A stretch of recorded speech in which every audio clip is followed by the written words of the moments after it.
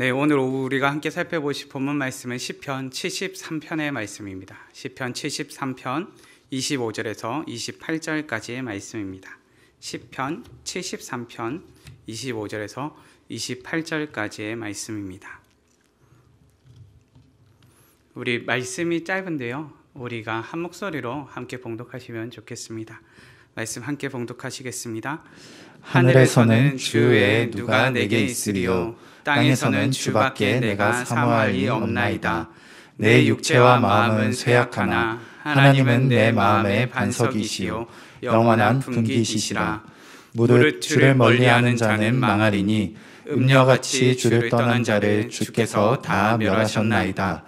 하나님께 가까이함이 내게 복이라.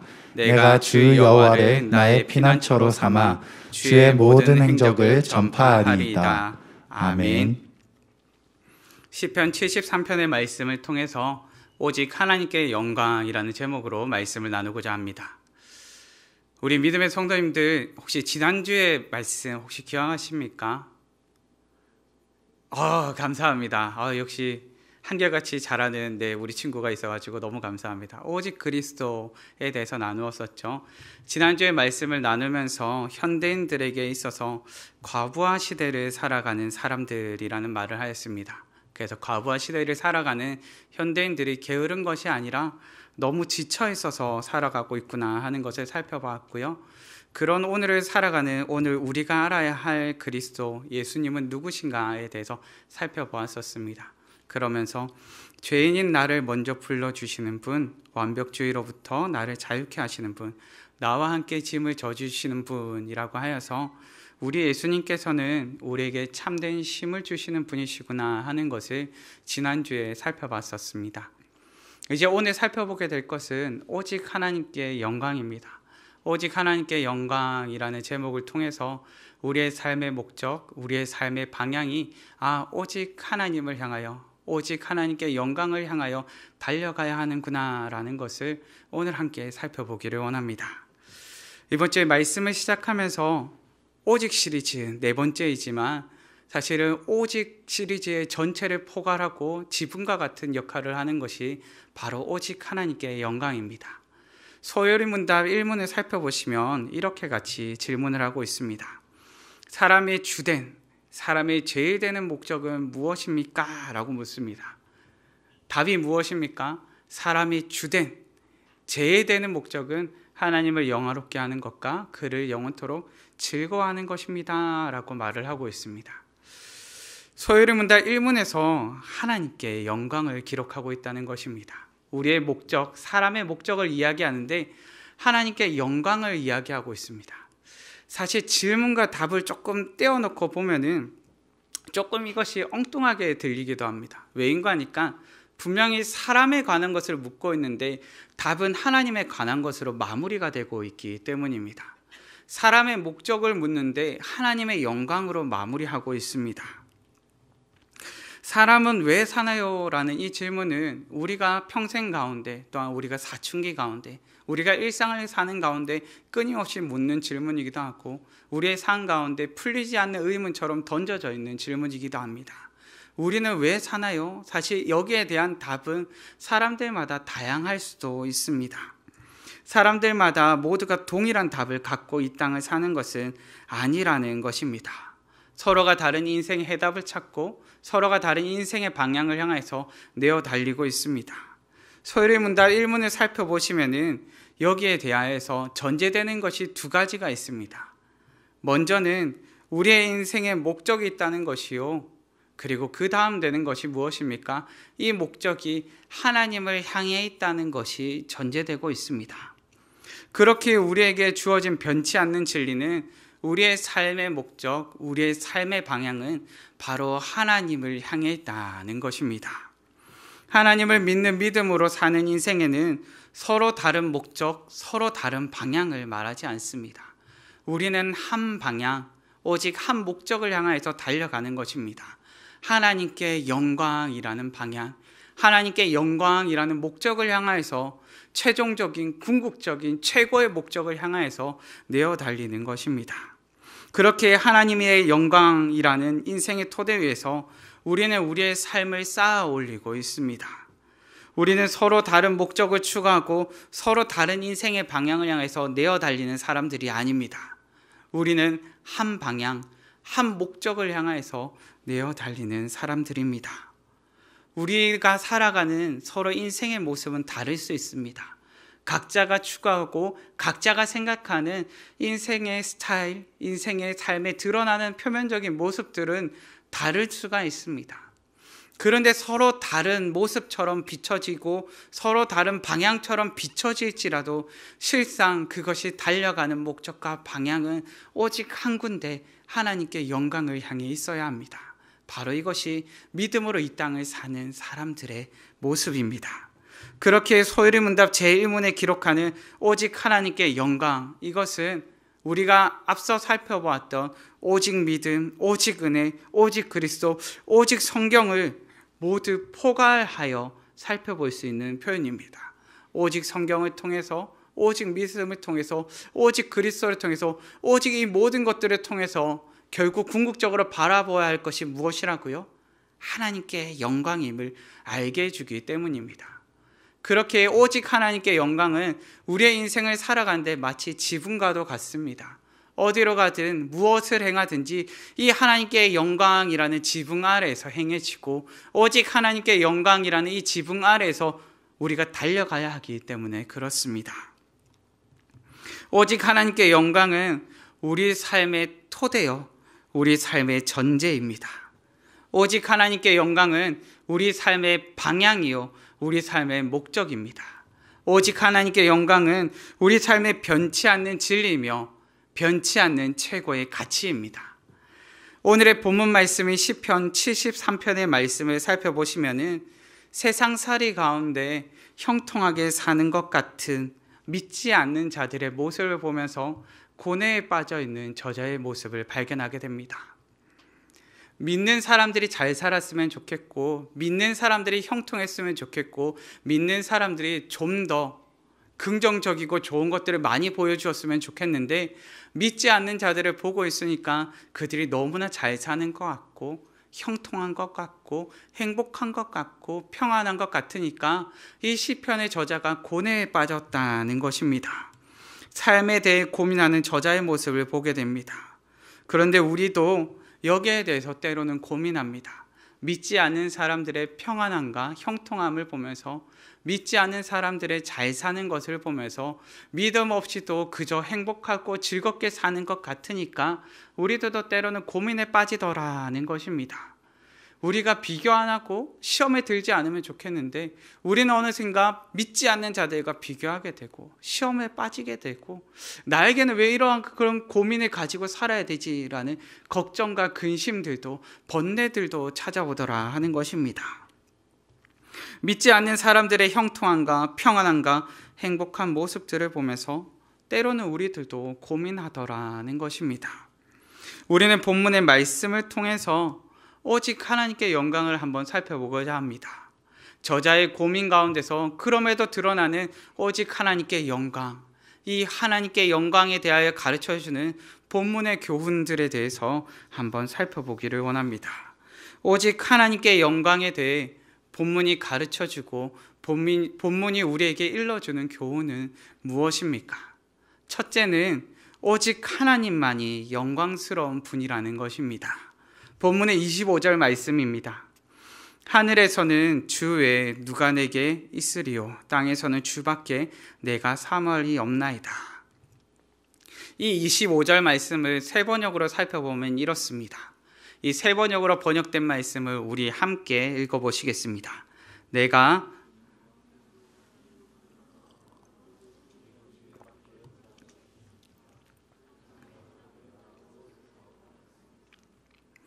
저는 본문을 읽으면서 이 25절의 말씀을 읽는데요, 저자의 고백이 이렇지 않을까 하고 생각해 보았습니다. 하늘에서도 땅에서도 하나님 외에 영광스러운 분이 도대체 누가 더 있습니까? 세상의 부여와 가치가 아니라 오직 하나님께 영광 외에 제가 무엇을 더 바라겠습니까?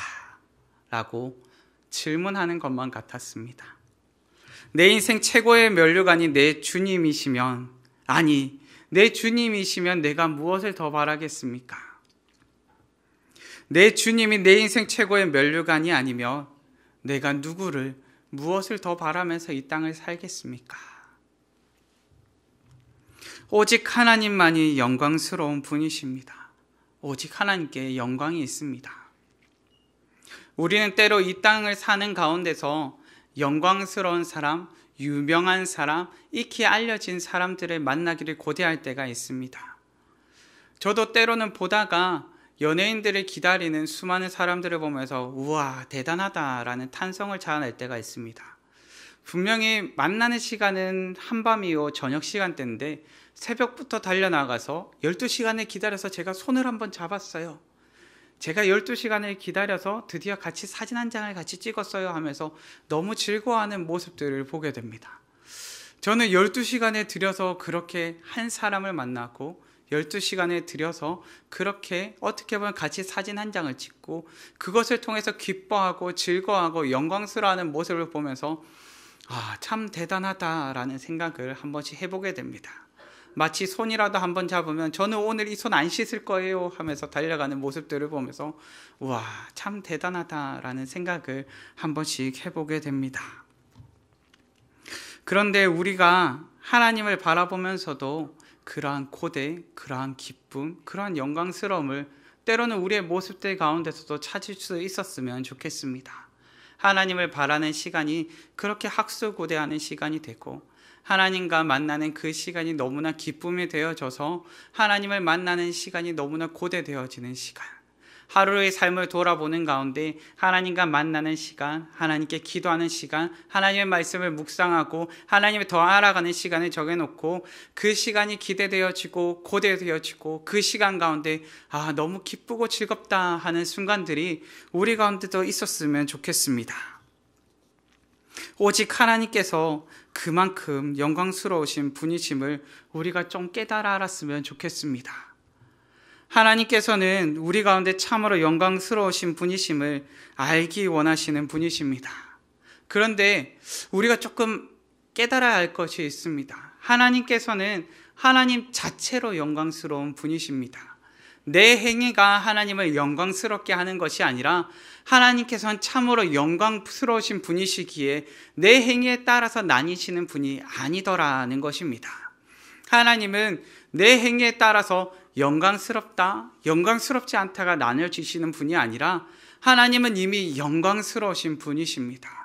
그 하나님의 영광스러움을 우리가 깨달아 알 때 그 하나님의 영광스러움을 드러내기 위해서 우리가 힘써 달려나가게 되더라는 것입니다. 그렇게 우리의 고백의 가사 가운데는 찬양이 담기고 기쁨이 담기고 감격이 담기는 것입니다. 내 행위에 따라 달라지는 것이 아니라 그토록 영광스러우신 분임을 우리가 발견했기 때문에 우리의 입술의 고백의 가사에는 감사가 담기고 기쁨이 담기고 감격이 담기는 것입니다. 하나님의 영광은 우리의 행위에 따라서 달라지지 않습니다.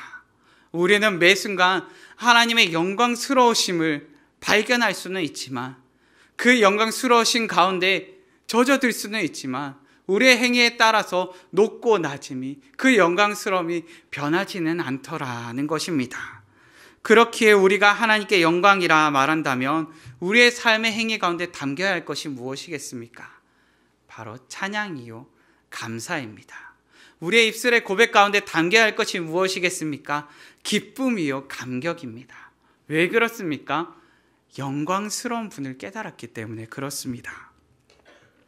우리가 입술에 경배와 찬양을 담아서 마음껏 고백할 수 있는 이유는 영광스러운 하나님을 깨달았기 때문입니다. 우리 삶의 목적을 하나님께 영광이라 말하는 것은 우리의 삶의 모든 영역에서 하나님을 인정하고 하나님께 초점을 맞추어 살아가기 때문입니다. 하나님의 말씀으로 내 삶의 가치를 교정하고 하나님 중심으로 내 삶을 변화시키는 것입니다. 우리가 사는 세상은 오직 하나님께만 영광이 있다고 말하지는 않습니다. 우리가 사는 세상 가운데는 하나님께 영광이 최고의 가치라고도 말하지 않습니다. 이 세상의 가치는 수많은 것들이 귀하고 수많은 것들의 존귀함이 있고 수많은 것들의 영광이 있다 말합니다. 절대적인 진리나 변치 않는 삶의 목적을 말하지 않습니다. 우리는 오직 하나님께 영광이 변치 않는 진리고 변치 않는 가치라 말합니다. 그런데 우리가 사는 세상은 그것이 최고의 가치라, 변치 않는 가치라 말하지 않습니다. 변할 수 있는 가치라 말하고 변할 수 있는 존귀함을 찾아서 살라고 말을 합니다. 그렇기에 우리는 세상 가운데서 때로는 대립하는 모습을 취하기도 합니다. 그런데 그 대립하는 모양은 대체적으로 어떠한 모습을 취하는 거 아니까 하나님과 나와의 대립으로 이어지는 경우가 참 많더라는 것입니다.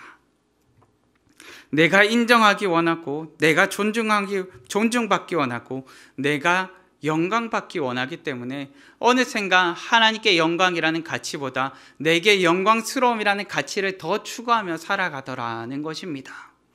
우리는 포장하기도 잘하고 잘 꾸며내기도 좋아합니다. 왜인가 하니까 내가 더 드러나기를 원하기 때문입니다.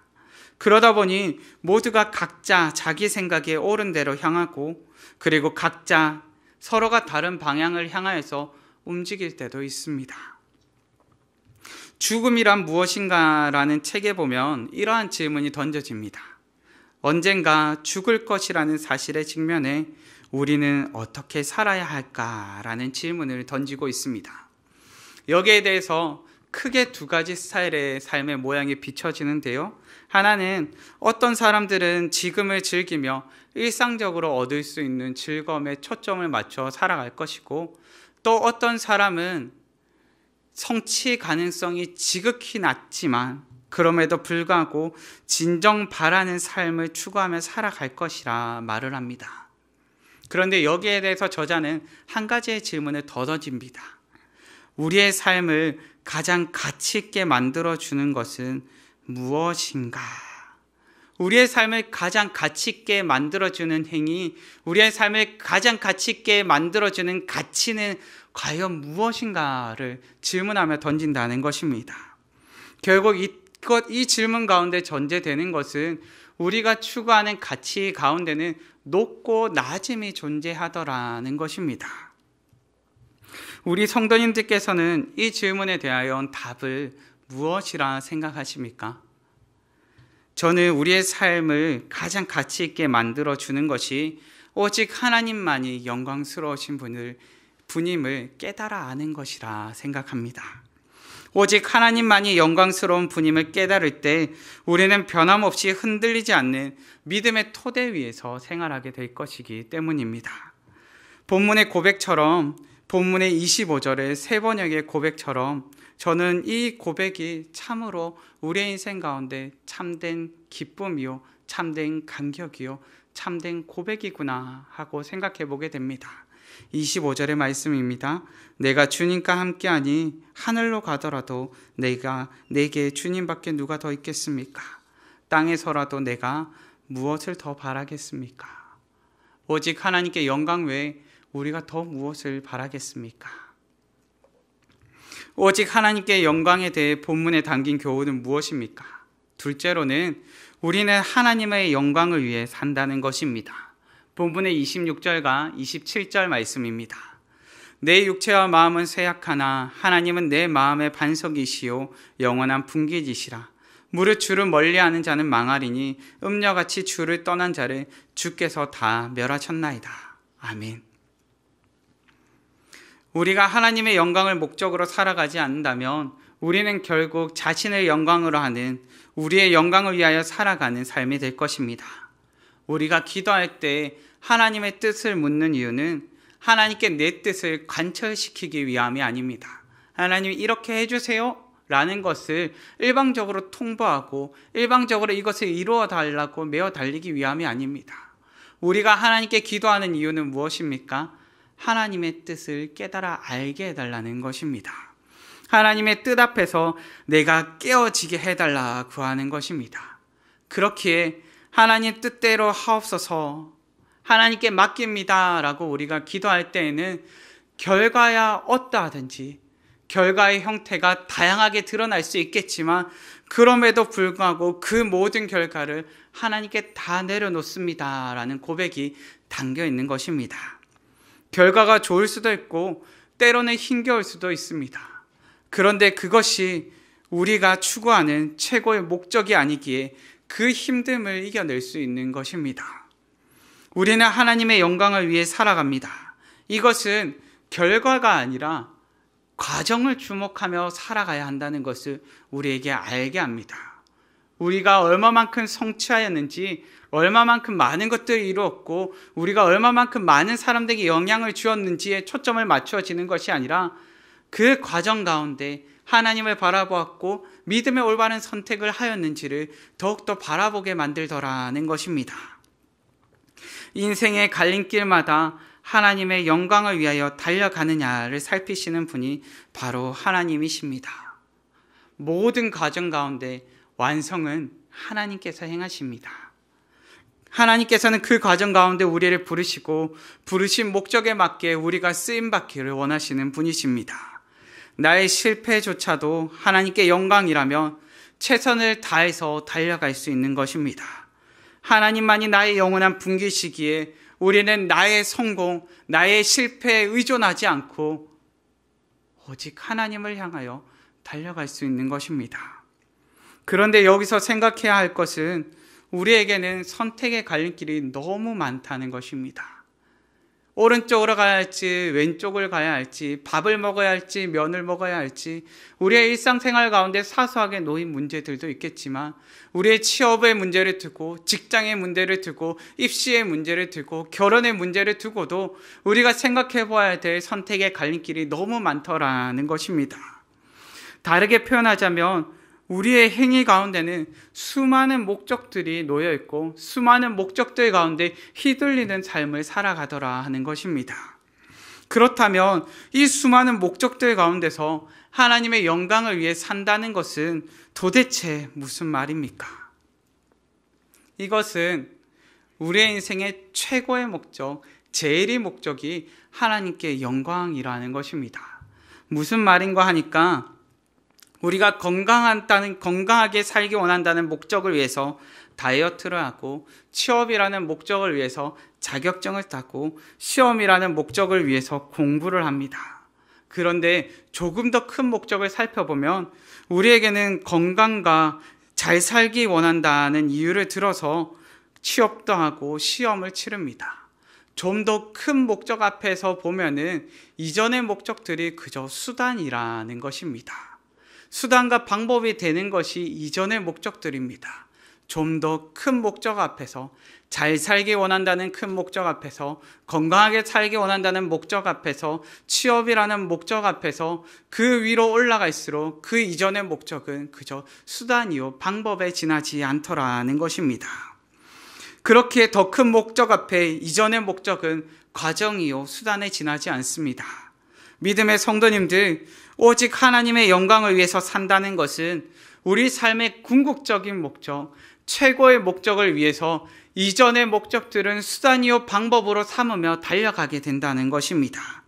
이전의 모든 목적들은 하나님의 영광이라는 목적을 위한 과정이요 수단입니다. 그렇게 우리 삶의 목적, 순간순간의 선택의 갈림길 가운데 놓인다 할지라도 우리는 그 과정들 가운데서 우리가 하나님을 바라보고 있다면 그 갈림길 가운데 하나님께서 기뻐하시는 선택들을 향해서 좀 더 주의를 기울이며 내어 달릴 수 있더라 하는 것입니다. 내가 지금 하는 공부도 시험도 취업도 직장생활도 결혼도 자녀를 양육함도 궁극적으로는 하나님의 영광을 위한 과정입니다. 사람이 하나님의 영광을 목적으로 달려가지 않는다면 결국 그 자신의 영광을 위하여 달려가게 될 것입니다. 우리는 항상 하나님의 영광과 자신의 영광을 들고 줄다리기를 하면서 이 땅을 살아가는 것입니다. 오직 하나님께 영광에 대해 본문에 담긴 교훈은 무엇입니까? 셋째로는 오직 하나님께 영원한 즐거움이 있다는 것입니다. 본문의 28절 말씀입니다. 하나님께 가까이함이 내게 복이라. 내가 주 여호와를 나의 피난처로 삼아 주의 모든 행적을 전파하리이다. 아멘. 하나님께 가까이함이 복이라 말하는 이유는 무엇입니까?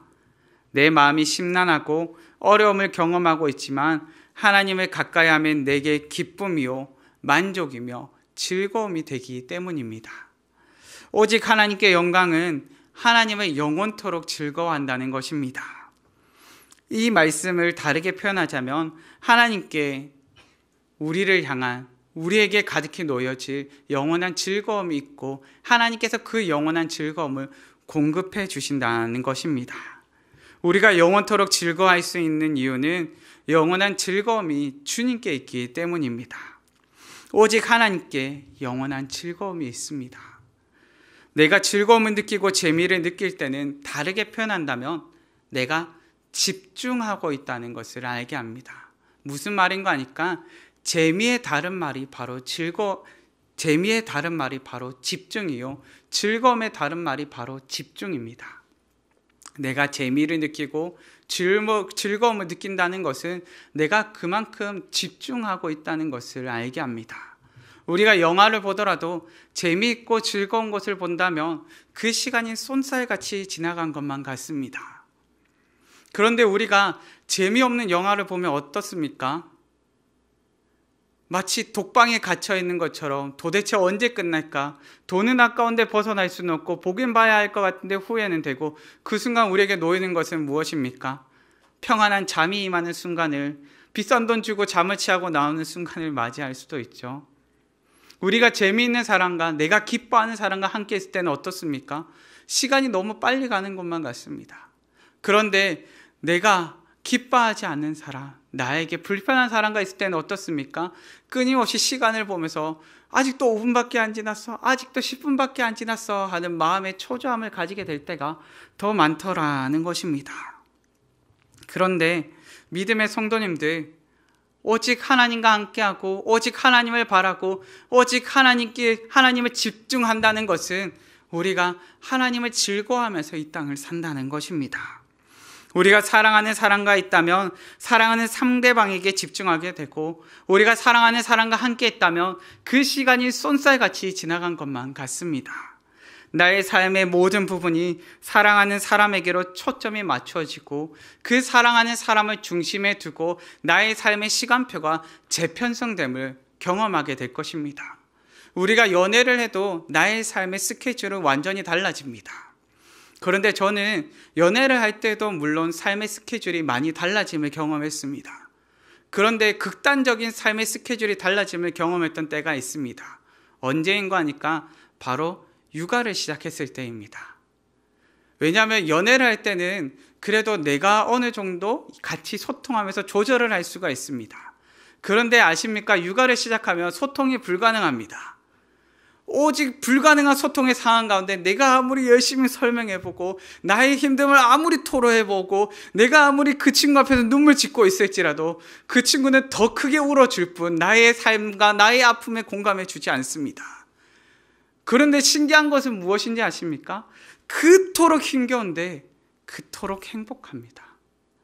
그토록 버거운데 그토록 즐겁습니다. 그렇기에 제가 막내를 두고 기도할 때 참 해서는 안 될 기도지만 기도를 했습니다. 하나님, 제가 첫째랑 둘째랑 자라는데 너무 빨리 자라니까 조금 섭섭합니다. 하나님, 천천히 자라게 해주십시오라고 기도를 했습니다. 제가 지금 많이 후회하고 있습니다. 정말 막내가 천천히 자라고 있습니다. 조금만 빨리 자라주면 좋겠는데 너무 천천히 자라서 너무 이쁜데 너무 사랑스러운데 조금 힘듦이 있습니다. 믿음의 성도님들, 그렇습니다. 우리가 너무 행복하고 너무 즐겁고 그렇다 보면은 그 시간이 쏜살같이 지나갑니다. 그런데 그것을 다르게 표현하면 나의 삶의 중심에 그 하나님을 두고 나의 삶의 중심에 그 즐거움을 두고 그만큼 집중하고 있더라 하는 것입니다.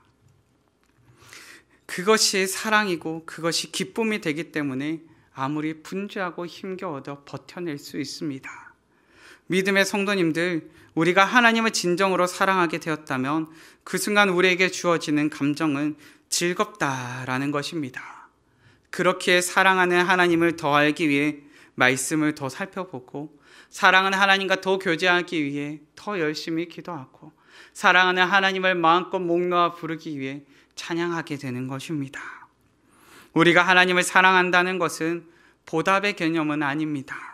하나님께서 나를 구원해 주셨으니까 내가 하나님을 사랑해야지 하는 것은 아닙니다. 그 무엇보다 하나님을 알아가는 것이 즐겁고 말씀대로 사는 것이 기쁘고 하나님을 찬양하는 것이 너무나 감사하여서, 그것이 너무 감사하여서 하나님의 사랑 가운데 더 풍덩 빠지기를 원하고 날마다 하나님을 즐거워하는 삶으로서 살기를 원하는 것입니다. 하나님께 영광을 위해 사는 것이 너무 큰 기쁨이 되고 즐거움이 되었기 때문입니다. 말씀을 정리하겠습니다.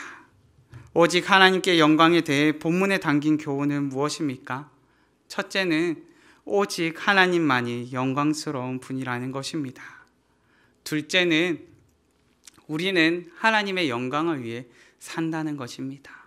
셋째는 오직 하나님께 영원한 즐거움이 있다는 것입니다. 때로 하나님의 영광스러움을 깨달을 때 우리는 우리의 부끄러움을 발견하게 될 때가 있습니다. 우리가 믿음의 공동체로 살아야 할 이유가 바로 여기에 있습니다. 우리는 믿음의 공동체 안에서 자신의 부끄러움을 발견하고 하나님의 영광을 위해 살지 못하는 자신의 연약함을 깨닫게 됩니다. 시편 73편의 저자는 세상 앞에 자신의 연약함을 깨닫습니다. 그리고는 부끄럽고 연약한 가운데 하나님을 의지하며 하나님을 증거하며 살겠다고 고백합니다. 오늘 사는 우리도 그랬으면 좋겠습니다. 하나님의 영광스러움 앞에 자신의 연약함을 깨닫고 오직 하나님의 영광을 위해 날마다 하나님을 의지하며 하나님을 증거하면서 오늘을 살았으면 좋겠습니다. 이 시간 우리 함께 찬양하실 텐데요. 제가 한 주간 말씀을 가지고 묵상을 하다가 우리가 일상을 사는 가운데 정말 하나님의 영광을 위해서 살았으면 좋겠다. 하나님의 영광을 위한 입술의 가사가 찬양의 가사가 담겼으면 좋겠다 하면서 찬양을 듣다가 이 찬양이 마음에 너무 꽂혀서 이 찬양을 우리가 함께 불러봤으면 하고 들고 왔습니다. 우리 일상이라는 찬양인데요. 우리 함께 입술의 고백을 담아서 함께 찬양하셨으면 합니다.